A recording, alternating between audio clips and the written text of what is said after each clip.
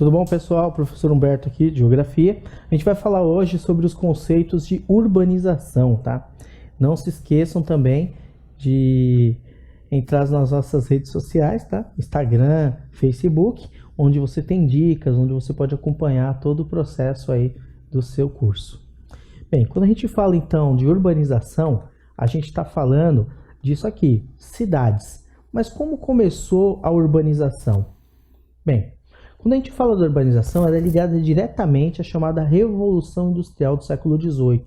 Antes da Revolução Industrial, as pessoas viviam em vilas, em cidades muito precárias ainda. Então a Revolução Industrial ela levou aí à transformação das cidades e das paisagens e também a relação de trabalho.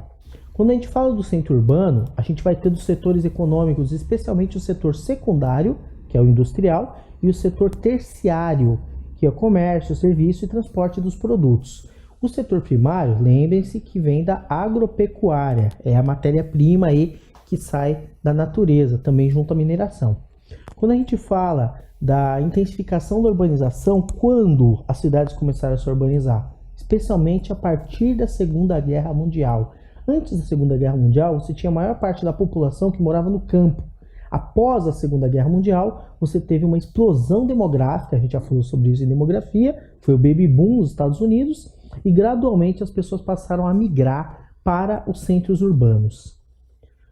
Existe uma diferença entre crescimento urbano e urbanização. O que é o crescimento urbano? A gente vai falar que é o crescimento físico, é o crescimento de casas, de propriedades da cidade. E ele pode se dar de duas maneiras. Crescimento horizontal, tá? No caso, essas cidades elas vão crescendo até as suas fronteiras físicas, e ele pode ser vertical. Quando essas cidades começam a crescer para cima. Como assim? A gente está falando de edifícios. Quando a gente tem uma cidade que ela é altamente urbanizada, com muitos edifícios, o crescimento é vertical. Isso você pode pensar, por exemplo, as grandes capitais do Brasil. Tá? São Paulo, Rio de Janeiro e assim por diante são cidades que já têm crescimento vertical. Quando a gente fala de urbanização, ele é diferente de crescimento urbano.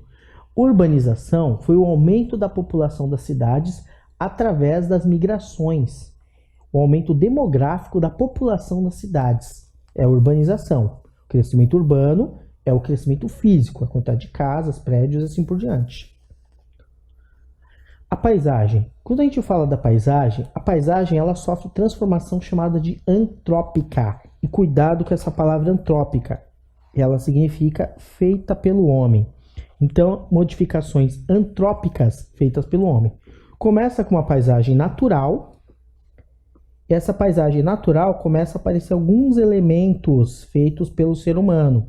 Logo, ela se torna a paisagem que nós chamamos de paisagem rural. Você ainda encontra alguns elementos da natureza, porém começa a coexistir com elementos urbanos. Gradualmente a paisagem rural vai mudando até que somem todos os elementos da natureza e você vai ter apenas a paisagem urbana no lugar. Claro que essas paisagens elas são diferentes em cada país, porque elas são influenciadas pela cultura. Então, a paisagem, além de ser natural, urbana e rural, ela também é cultural.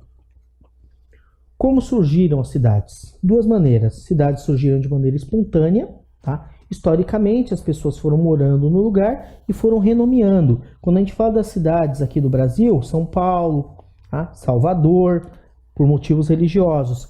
Rio de Janeiro, época em que foi encontrada.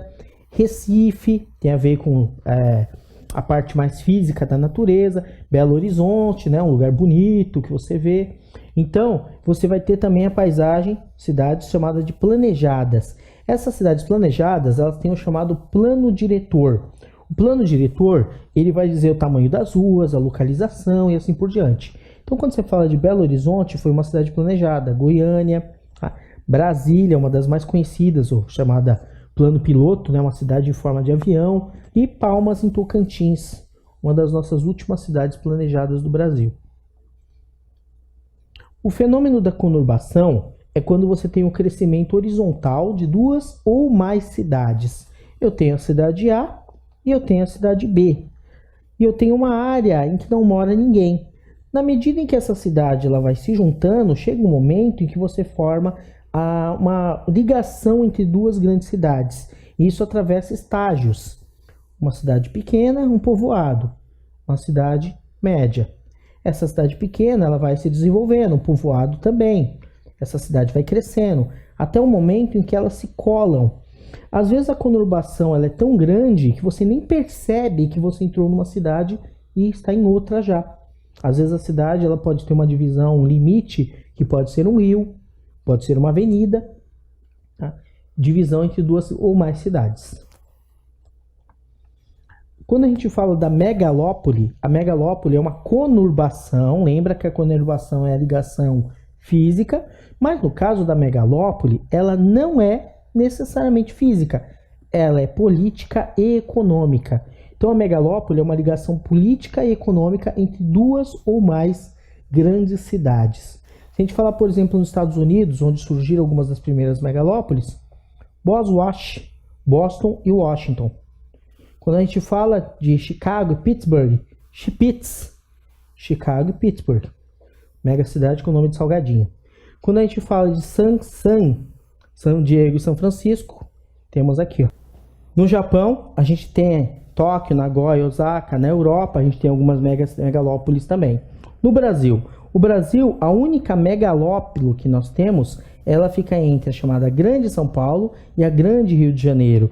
Ou seja, as cidades se formam em volta de São Paulo e as cidades se formam em volta do Rio de Janeiro. O que acontece com essa região? A área de influência econômica e política das duas megalópolis ficou tão grande que chegou um momento que elas se chocaram, se tornou apenas uma região econômica. Tá? Então é a única megalópole brasileira, São Paulo e Rio de Janeiro. O processo de hierarquia urbana, ela tinha hierarquia chamada de esquema clássico. A pessoa de uma vila ia comprar alguma coisa numa cidade local, uma cidade pequenininha, uma cidade um pouco maior. Uma cidade maior até chegar na metrópole. Só que isso não se comprova como verdade. Por que não? Bem, quando a gente fala de uma pessoa que mora numa vila afastada, ela até pode fazer compra apenas na cidade local. Mas uma pessoa que faz compra na cidade local, ela pode fazer compras no centro regional, ela pode fazer compras na metrópole e ela pode fazer compras na metrópole nacional. E como é que a gente sabe disso? Bem, começando de baixo para cima, então, o que são centros subregionais? Pequenas vilas. O que são centros regionais? Nós vamos ter aí alguns municípios ou capitais, tá? Pequenas. E realmente ela polariza, né? Ela puxa a economia das cidades em volta. Então quando a gente fala de Cuiabá, Porto Velho, aqui em São Paulo, por exemplo, quando a gente fala de Jundiaí, quando a gente fala de Campinas, nós temos aí alguns centros regionais. Quando a gente fala de metrópoles regionais, o que é uma metrópole? É uma cidade grande, que agrega aí uma economia forte. E aí, essas metrópoles regionais, elas vão ser de média estatura, elas chegam a rivalizar com a capital do próprio estado. Metrópoles nacionais. Todas as metrópoles nacionais, elas são metrópoles brasileiras, tá? Capitais do Brasil. Então, quando você fala de Brasília, Curitiba, Porto Alegre, São Paulo, todas elas são metrópoles nacionais. Só que algumas elas crescem tanto que elas se chamam cidades globais.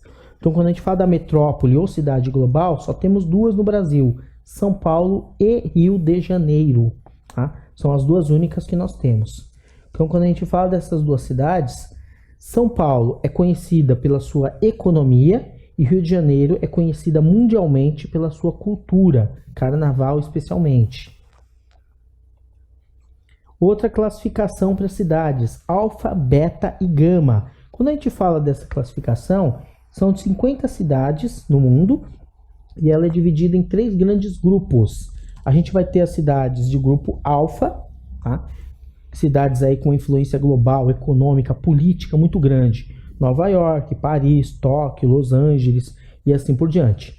Nós vamos ter as cidades do grupo beta, elas são aí também grandes economicamente, mas a expressão delas já não é tão grande. A gente sempre lembra nos Estados Unidos de Nova York, mas nem sempre a gente fala de São Francisco. Aí São Paulo entra nos grupos de cidades beta, nessa classificação.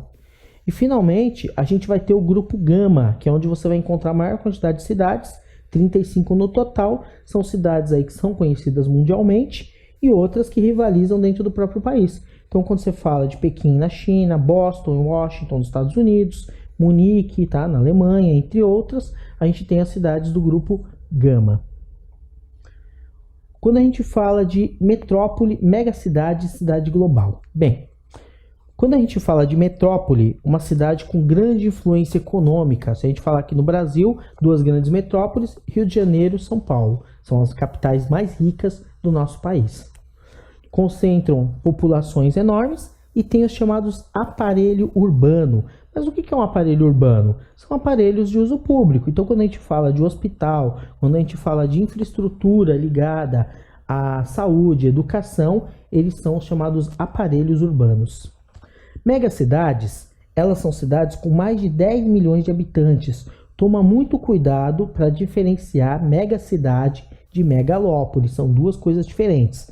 Megacidade, mais de 10 milhões de pessoas. São Paulo, por exemplo, já chegou a 12 milhões de habitantes. Cidades globais. Cidades globais, elas concentram em recursos tecnológicos, financeiros. São cidades que geram inovações tecnológicas, comunicação bem desenvolvida e têm instituições financeiras que são inseridas no mercado global.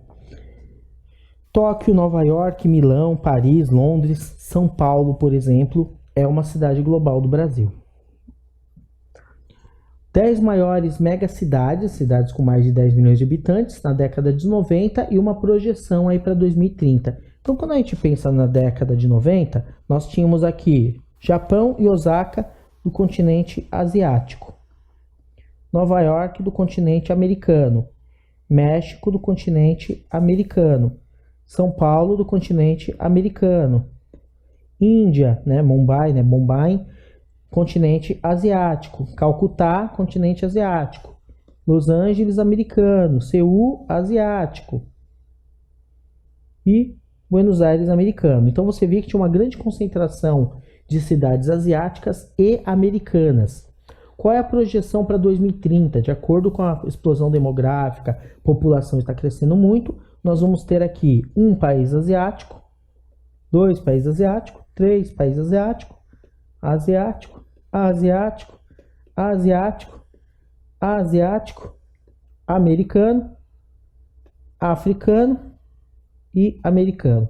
Então você vê que os países de ordem asiática, a tendência é se tornarem grandes megacidades no futuro, porque a população, a natalidade ainda é alta nesses países.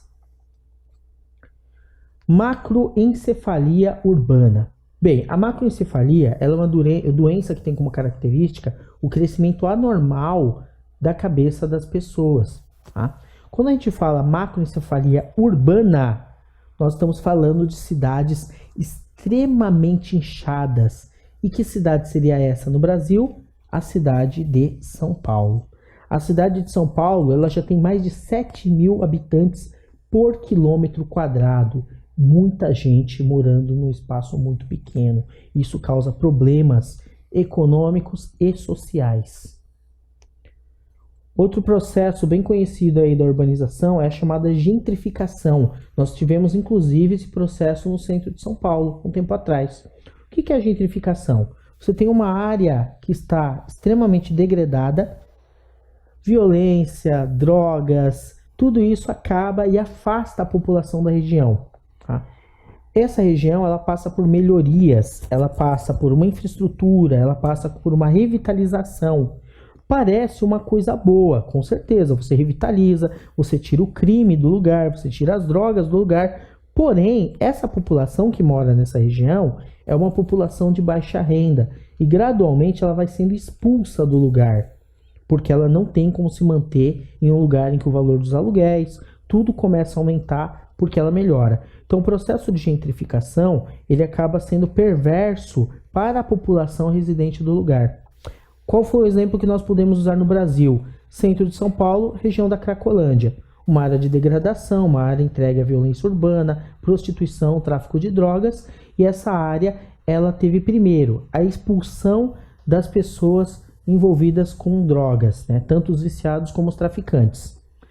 Essas pessoas, em vez de terem recebido um tratamento, no caso dos viciados, e a prisão, no caso dos traficantes, eles foram apenas expulsos. Formaram-se 8 pequenas cracolândias na cidade de São Paulo. Gradualmente, esses prédios, essas residências, elas foram sendo demolidas, foram sendo melhoradas e começou a ter uma pessoal de uma renda mais alta se fixando no lugar. E a população foi indo embora. Bom, aqui a gente encerra a parte de urbanização. Espero que vocês tenham gostado. E em breve a gente volta com mais aulas para vocês.